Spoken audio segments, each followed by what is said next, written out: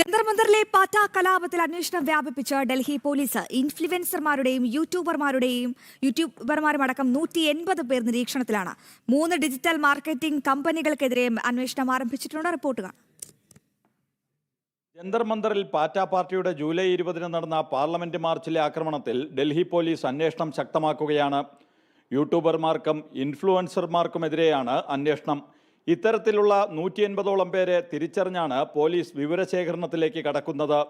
3 digital marketing കമ്പനികൾക്കെതിരെയും അന്വേഷണം ആരംഭിച്ചിട്ടുണ്ട്. തെറ്റിദ്ധാരണാജനകവും രാഷ്ട്രവിരുദ്ധവുമായ ഉള്ളടക്കം സമൂഹ മാധ്യമങ്ങളിലൂടെ പ്രചരിപ്പിച്ചുവെന്ന കണ്ടെത്തലിന്റെ അടിസ്ഥാനത്തിലാണ് നടപടി. ഡൽഹി പോലീസ് സൈബർ സെൽ ഇത് സംബന്ധിച്ച അന്വേഷണം ആരംഭിച്ചു.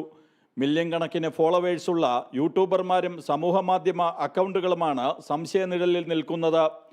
ബോധപൂർവം ആക്രമണത്തിന് പ്രോത്സാഹനം നൽകുന്ന വിധത്തിൽ ഉള്ളടക്കം സൃഷ്ടിച്ചുവെന്നാണ് ഡൽഹി പോലീസ് സംശയിക്കുന്നത്.